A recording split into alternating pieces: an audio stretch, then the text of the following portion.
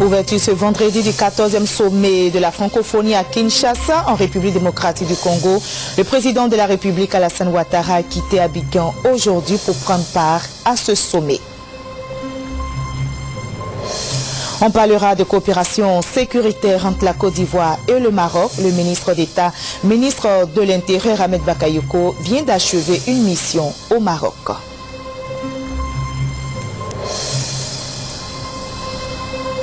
Et puis c'est demain que la Côte d'Ivoire affronte le Sénégal pour le match retour, comme temps pour le dernier tour des éliminatoires de la CAN 2013. Voilà pour les titres. Bonsoir à tous. Merci de choisir la RTI 1. Le président de la République, Alassane Ouattara, a quitté Abidjan ce vendredi pour Kinshasa, en République démocratique du Congo, où s'est ouvert aujourd'hui le sommet de la francophonie. Le chef de l'État, à son arrivée, a été accueilli par le Premier ministre de la République démocratique du Congo, Matata Ponyo. Et on le voit donc dans ces images, le chef de l'État qui est salué par la délégation congolaise venue donc l'accueillir à l'aéroport de Kinshasa. Et signalons que 5 membres du gouvernement ivoirien accompagnent le président de la République, Alassane Ouattara, à ce 14e sommet de la francophonie à Kinshasa. Il s'agit du ministre d'État, ministre des Affaires étrangères, les ministres de l'intégration africaine, de la communication, de l'environnement et du développement durable. Et enfin, le ministre de la Culture et de la Francophonie. Après l'aéroport, on l'a vu tout à l'heure, le président de la République a pris ses quartiers dans la cité de l'Union africaine. Et puis le président de la République, Alassane Ouattara, s'est adressé dès son arrivée donc au micro des journalistes qui l'ont interrogé. Le chef de l'État a indiqué au cours de cette interview que le sommet de la francophonie est un sommet qui réunit donc les 75 États membres de l'OIF venus des 5 continents, donc qui sont venus pour réaffirmer leur attachement aux valeurs de la démocratie, de la paix et du respect des droits de l'homme. On écoute le chef de l'État.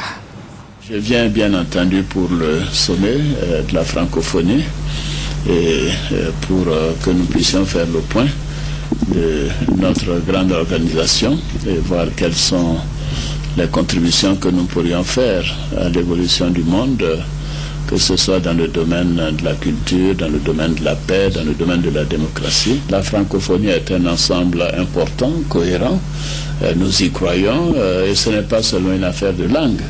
Il y a également des questions de culture, des questions de paix, des questions de démocratie. Donc c'est plus vaste que la langue. Bien sûr, la langue est au cœur de cette grande organisation. Mais le Commonwealth également a des pays qui sont bilingues. Le cas malien est évidemment un cas qui intéresse la francophonie et qui sera à l'ordre du jour. Je crois que c'est un dossier qui évolue bien. Je me réjouis de la contribution de la CEDEAO à l'évolution positive du cas malien, et nos frères maliens souffrent, surtout ceux qui sont dans le nord, et nous devons tout faire pour accélérer la mise en œuvre du processus en cours. En tout cas, la Côte d'Ivoire, qui assume la présidence de la conférence des chefs d'État de la CEDEAO, continuera d'apporter sa contribution, et nous avons d'ailleurs le soutien de toute la sous-région, de l'Union africaine comme de l'Organisation des Nations Unies. Et justement, sur la situation au Mali, l'Organisation des Nations Unies donne un délai de 45 jours à l'Union africaine et à la CEDEAO pour connaître les modalités d'intervention d'une force militaire dans le nord malien occupée par les islamistes armés. Et on reste en RDC, en République démocratique du Congo, en compagnie de notre envoyé spécial Viviane Aimé, qui nous conduit au village de la francophonie où se tient une belle ambiance et les produits exposés par la Côte d'Ivoire font l'objet d'attractions. Mbote Nabino, bienvenue au village. Kinshasa vibre au rythme de ce 14e sommet de la francophonie. Le village de la francophonie, construit dans l'enceinte du stade des Martyrs, le plus grand stade de la capitale Kinshasa, offre à la vue des nombreux visiteurs des stands de tous les pays de cette grande famille qu'est la francophonie. La Côte d'Ivoire, qui veut à nouveau prendre toute sa place au plan institutionnel au sein de cette grande organisation, continue de susciter, malgré la longue crise qu'elle a connue, un grand intérêt dans cette communauté des peuples. Vraiment, nos stands sont remplis et quand c'est rempli, nous sommes tellement débordés que parfois on leur dit mais nous voulons que vous attendiez, que vous fassiez un rang, mais nous sommes pris vraiment de coups. Ils sont très nombreux à vouloir acheter les bijoux ivoiriens, les pagnes traditionnelles. En tout cas, tout le monde en veut, alors que nous sommes venus dans un cadre purement institutionnel. On ne peut pas les vendre et puis ils sont un peu découragés. Mais cela ne les empêche pas d'arriver, en tout cas, à très grande affluence. Nous sommes très fiers de notre pays parce que la RDC nous attendait véritablement. Les autorités de la RDC sont reconnaissantes au président de la République Alassane Ouattara d'avoir pris fait et cause pour la tenue de ce 14e sommet de la francophonie dans leur pays. En route pour le sommet de la francophonie, le président français François Hollande s'est arrêté au Sénégal.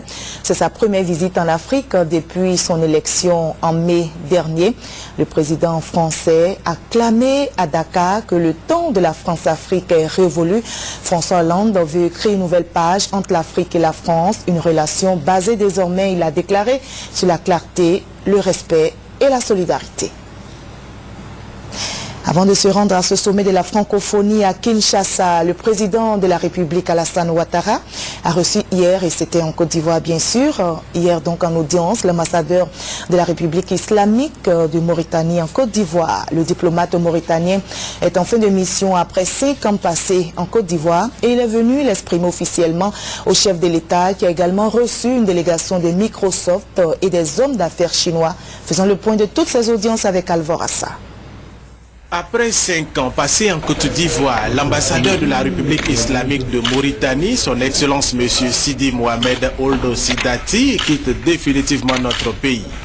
Il est venu dire ses adieux au président de la République Alassane Ouattara. L'ambassadeur mauritanien dit parti heureux parce que la Côte d'Ivoire et la Mauritanie sont deux pays qui ont de très bons rapports. Des rapports qui ont vu la signature de plusieurs accords fructueux, dont un accord de pêche. Les relations de coopération datent de 1962. Durant mon séjour, grâce à la collaboration du ministre des Affaires étrangères, nous avons eu l'occasion de les renforcer et de fixer un cadre général pour plusieurs accords que nous avons négociés. Après l'ambassadeur de la République islamique de Mauritanie, le chef de l'État a reçu une délégation de Microsoft conduite par Philippe Courtois, président international de cette structure. Il a été question de développement de la Côte d'Ivoire avec un accent particulier sur les technologies de l'information et de la communication. Le président de la République, Alassane Ouattara, les a encouragés quant au développement des technologies de l'information et de la communication en Côte d'Ivoire. Le premier sujet, c'est le e-gouvernement et la manière dont aujourd'hui, dans un partenariat avec le ministre des Technologies de l'Information et de la Communication, des technologies de collaboration, de portail, de messagerie sont en train d'être déployées de manière très efficace au sein des différents ministères. Nous avons parlé d'une annonce importante qui donne, je pense, clairement l'initiative qu'avait lancée le président de voir jusqu'à 500 000 PC clairement entre les mains des Ivoiriens dans les quelques années qui viennent. On aura le plaisir d'annoncer aussi un nouvel accord très important avec les plus grandes universités ivoiriennes pour préparer la jeunesse à la fois aux compétences informatiques et certifiées pour le futur. La dernière audience a été accordée à Vincent Loès qui conduisait une délégation d'hommes d'affaires chinois. Et ces hommes d'affaires chinois vont investir dans plusieurs secteurs d'activité. Ils entendent offrir plus de 10 000 emplois à la jeunesse ivoirienne. Le président Pan, qui est le président de Sinocom International, est tout à fait décidé à investir beaucoup d'argent dans notre pays. La première chose qu'ils vont faire très rapidement, c'est mettre en œuvre un centre agro-industriel dans la région de San Pedro, précisément à Rapide-Gras, où l'État de Côte d'Ivoire vient d'attribuer 40 000 hectares au groupe. Donc très rapidement, ils vont mettre en œuvre ce centre agro-industriel qui va nécessiter 200 milliards d'investissements. Pour mettre en place et très rapidement leur chantier, ces hommes d'affaires chinois vont visiter plusieurs localités du pays en commençant par San Pedro. À la primature au plateau, le Premier ministre Aoussoukou Adiojano a échangé avec une délégation d'hommes d'affaires nigérians, membres du Nigerian Investment Promotion Commission, ainsi que le patron d'une entreprise allemande spécialisée dans les énergies renouvelables. Sur la table des échanges, des propositions d'accompagnement de la relance économique de la Côte d'Ivoire. Nous y reviendrons demain dans nos éditions. Le verdict du procès du général Dogbo Blé Bruno et des 4 co-accusés est connu depuis hier soir. 15 ans de prison pour le général Dogbo Blé Bruno et le commandant Kipré Yaba pour complicité d'enlèvement, de séquestration et d'assassinat du colonel-major Dosso Adama. 15 ans également de prison pour le sergent Lagoléo qui a porté le coup fatal et 12 ans pour le sergent To Ferdinand présent sur les lieux du crime. Retour sur les temps forts de ce procès avec Hugues Véblé. 15 ans de prison pour le général Dogbo Blé, l'ancien patron de la garde républicaine de Côte d'Ivoire, et pour son adjoint, le commandant Kipré Yaba, poursuivis tous les deux pour complicité d'enlèvement, de séquestration et d'assassinat. Également condamné par le tribunal militaire dans l'affaire de l'assassinat du colonel-major Dosso Adama, 3 sous-officiers.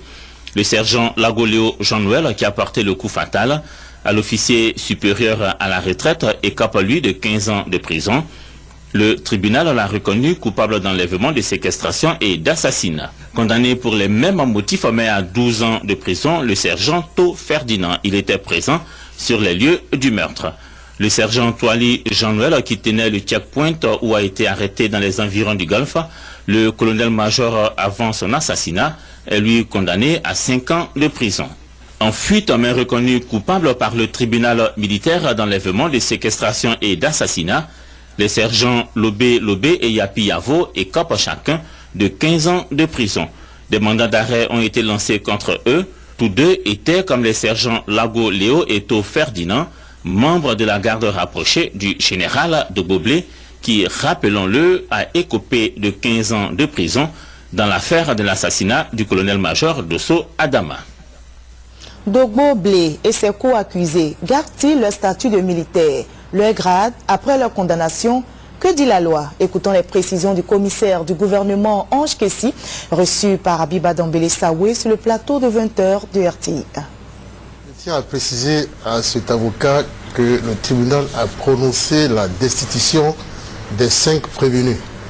Donc qu'il se rappelle des dispositions de l'article 111 et des dispositions de l'article 112.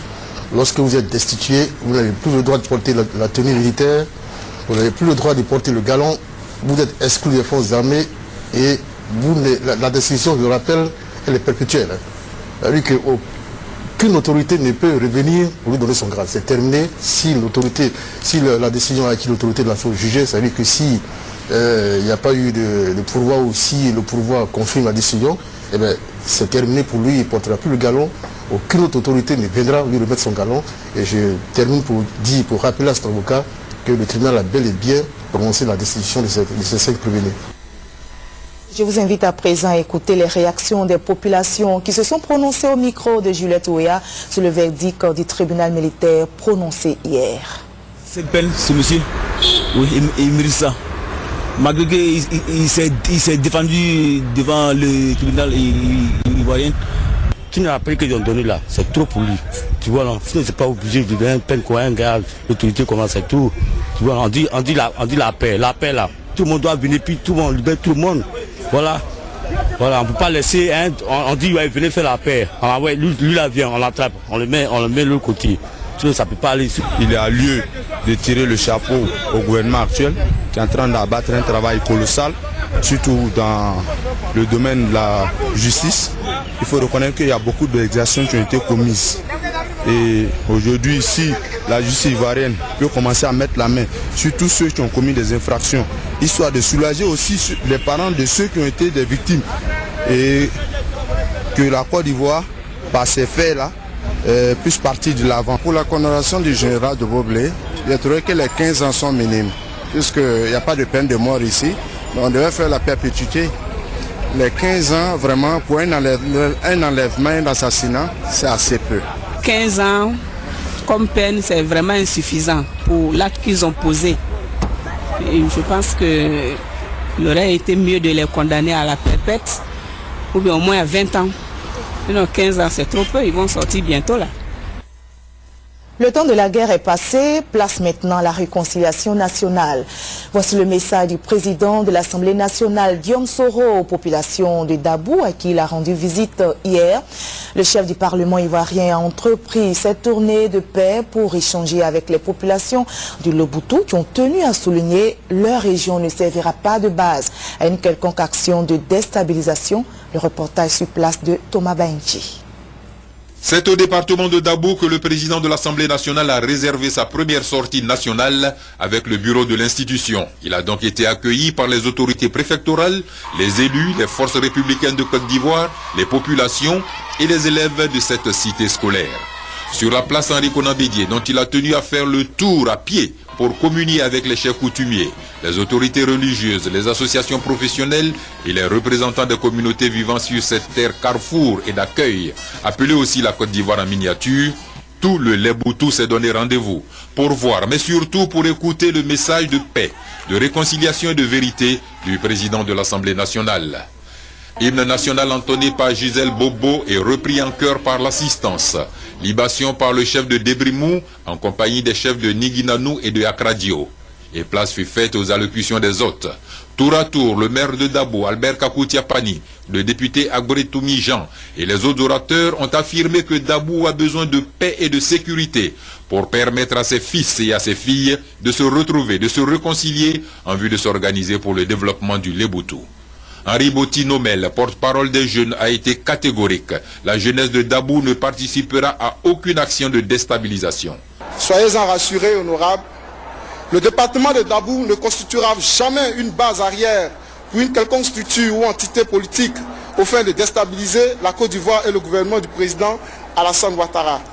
Le président du collectif des chefs coutumiers du Léboutou, le ministre René Dibi, après avoir remercié le président de la République pour avoir érigé Dabou en chef-lieu de région et de district, a affirmé que les attaques du mois d'août relèvent du passé. Aujourd'hui, les chefs et les patriotes du Léboutou se sont dressés comme un seul homme contre toute tentative de spoliation du terroir et toute autre imposture. Chaque attitude malveillante est dénoncée. Le grand mal a été exorcisé sous l'arbre à palabres et par des désintoxications de proximité. Tout a été clairement expliqué de la venue du pouvoir du président Alassane Ouattara, et tout le monde a parfaitement compris, sauf tous ceux qui ne sont pas sourds, mais qui ne veulent pas entendre.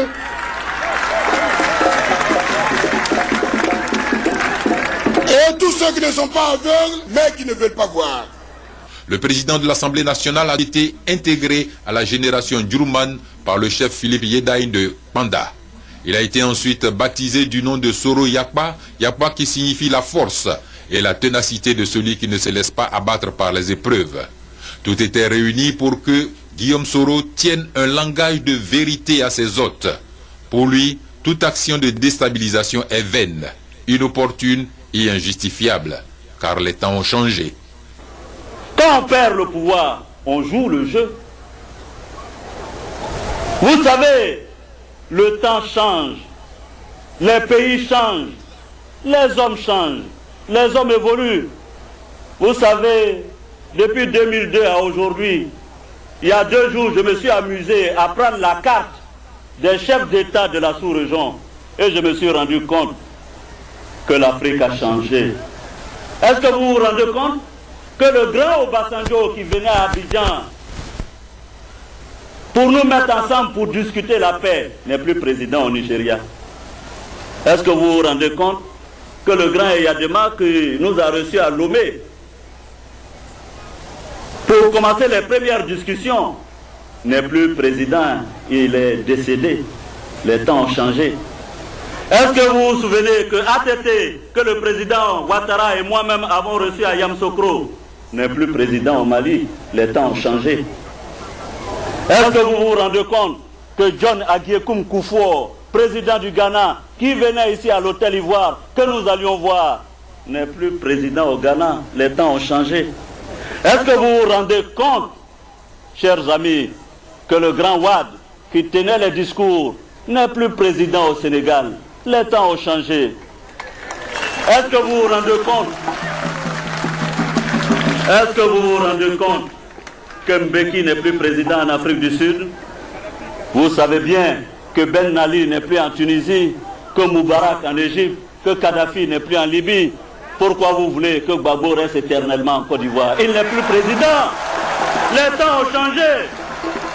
Les temps ont changé.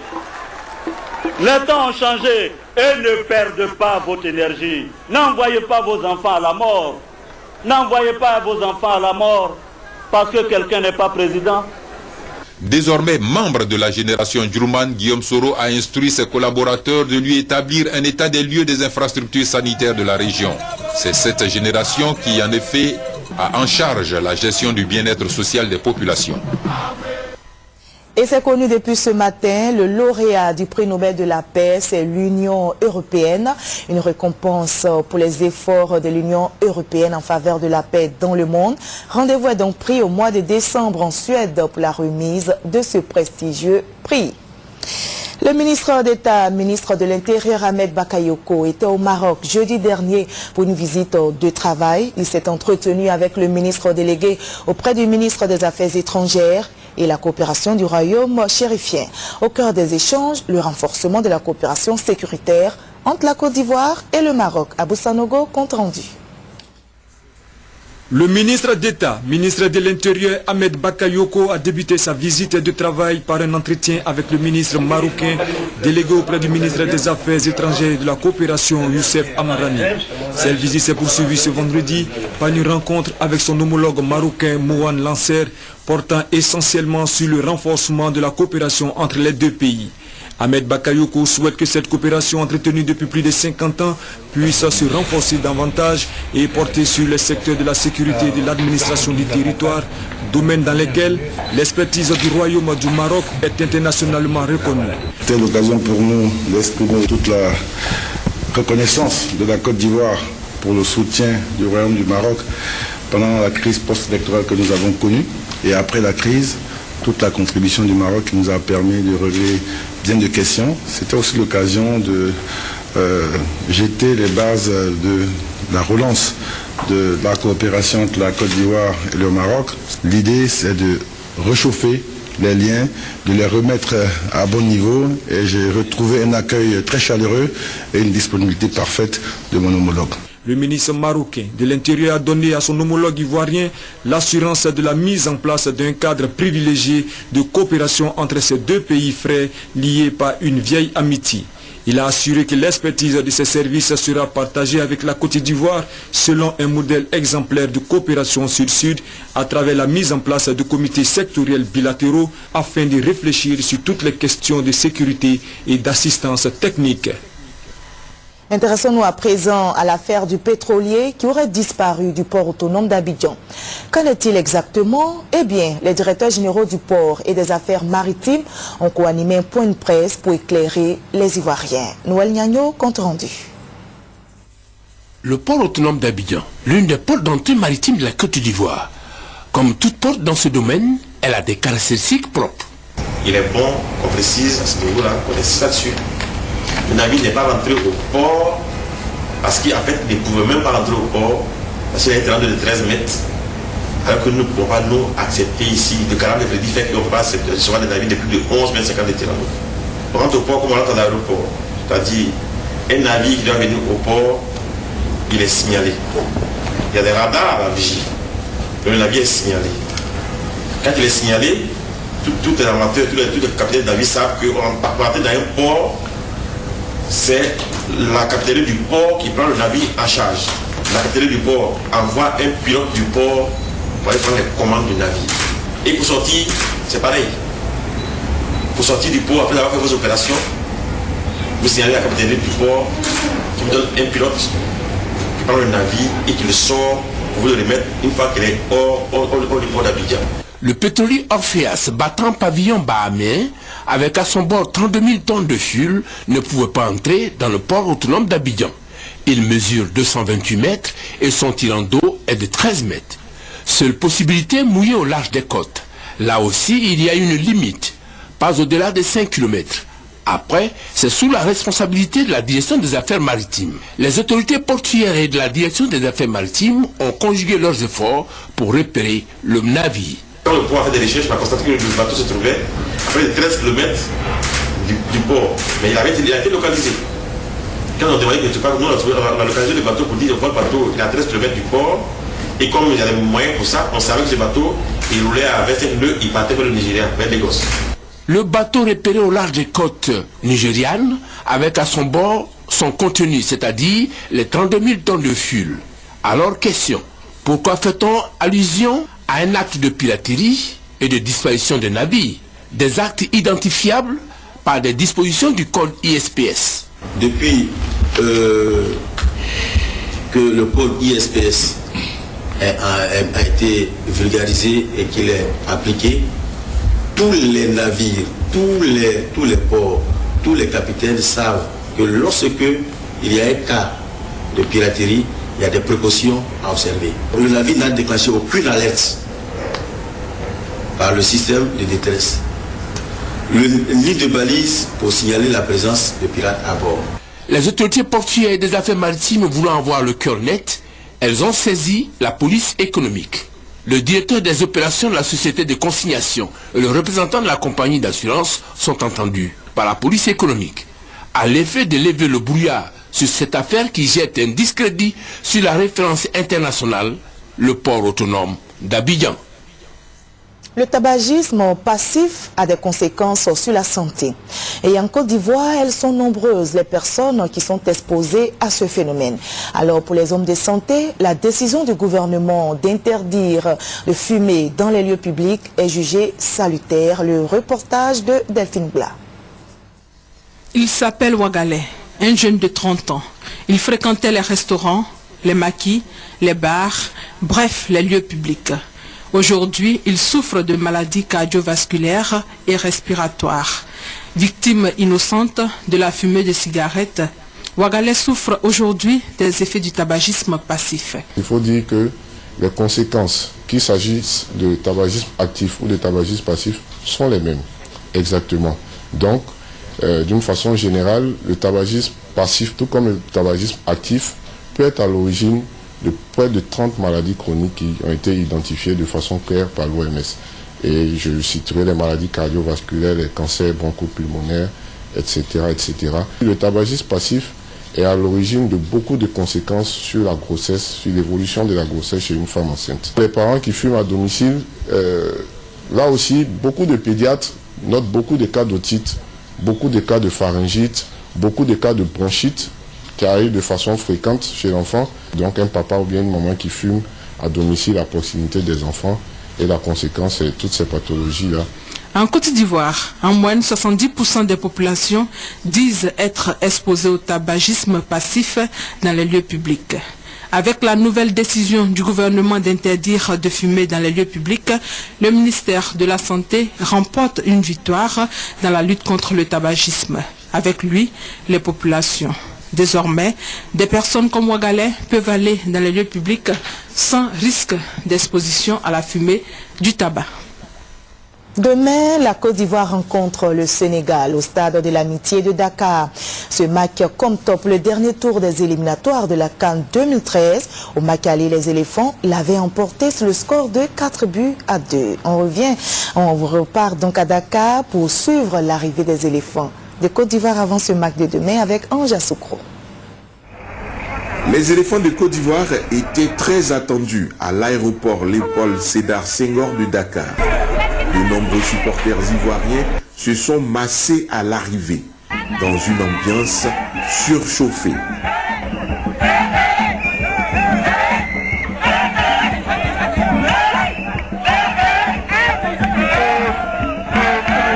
Des Sénégalais admirateurs des éléphants sont aussi là pour voir les joueurs ivoiriens. Le service de sécurité semble quelque peu débordé. Les éléphants finissent par sortir. L'ambiance atteint son paroxysme.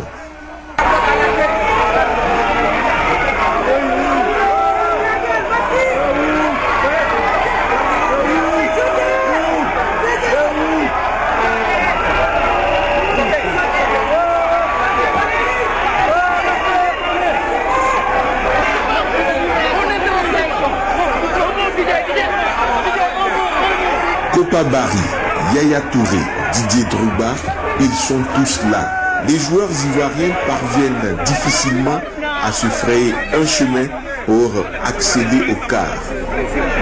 Une fois à bord, le cortège traverse la nuit dakaroise. Direction Hôtel Le Méridien dans le quartier des Almadies. Un match très capital et on a fait la première mi-temps, maintenant il y a la deuxième mi-temps à faire et on est conscient de la tâche, on sait que ça va être très difficile mais on a nos cartes à jouer, on vient ici, on va donner le maximum, on va essayer de se qualifier. Nous savons que nous avons déjà deux buts d'avance, mais bon, maintenant c'est au Sénégalais de jouer et c'est à nous d'être intelligents parce que nous avons déjà 2 buts d'avance. Et il va falloir qu'on soit très intelligent pour pouvoir gérer ce match. Les éléphants de Côte d'Ivoire sont bien à Dakar. La tension sur place est montée d'un cran. Et c'est ici qu'on s'arrête avec l'espoir de voir remporter ce match de demain, bien sûr par les éléphants de Côte d'Ivoire. Portez-vous bien, restez sur TI1, ne décrochez pas.